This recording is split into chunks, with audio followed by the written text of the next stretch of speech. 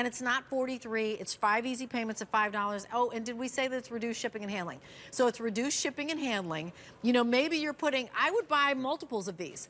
I also love actually, Jack, that this is the last pattern you have because it's snowy out here. You can see here, scrape it clean, or you can see there, walk on these barefoot.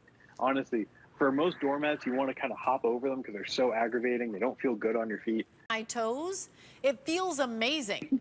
Like it's really soft. There's like a cushy kind of massagey moment that's going on here. It's not like, okay, it's not like bunny's ear. The surface, so you don't have to worry about someone having any issues. So I'm gonna just scrape the shoe real quick. It's not it, but what you're getting is like this little massage. I'm thinking this is what I want to step out of the shower on because my feet are gonna be wet, right? And it's gonna drop right to the bottom. I can just throw on my little towel, and I've got the plugs, like explained. It feels nice to step on. It's got some anti-fatigue cushion. You can see I just scraped all that dirt off my shoe. It being water retaining, this would be great as a bath mat.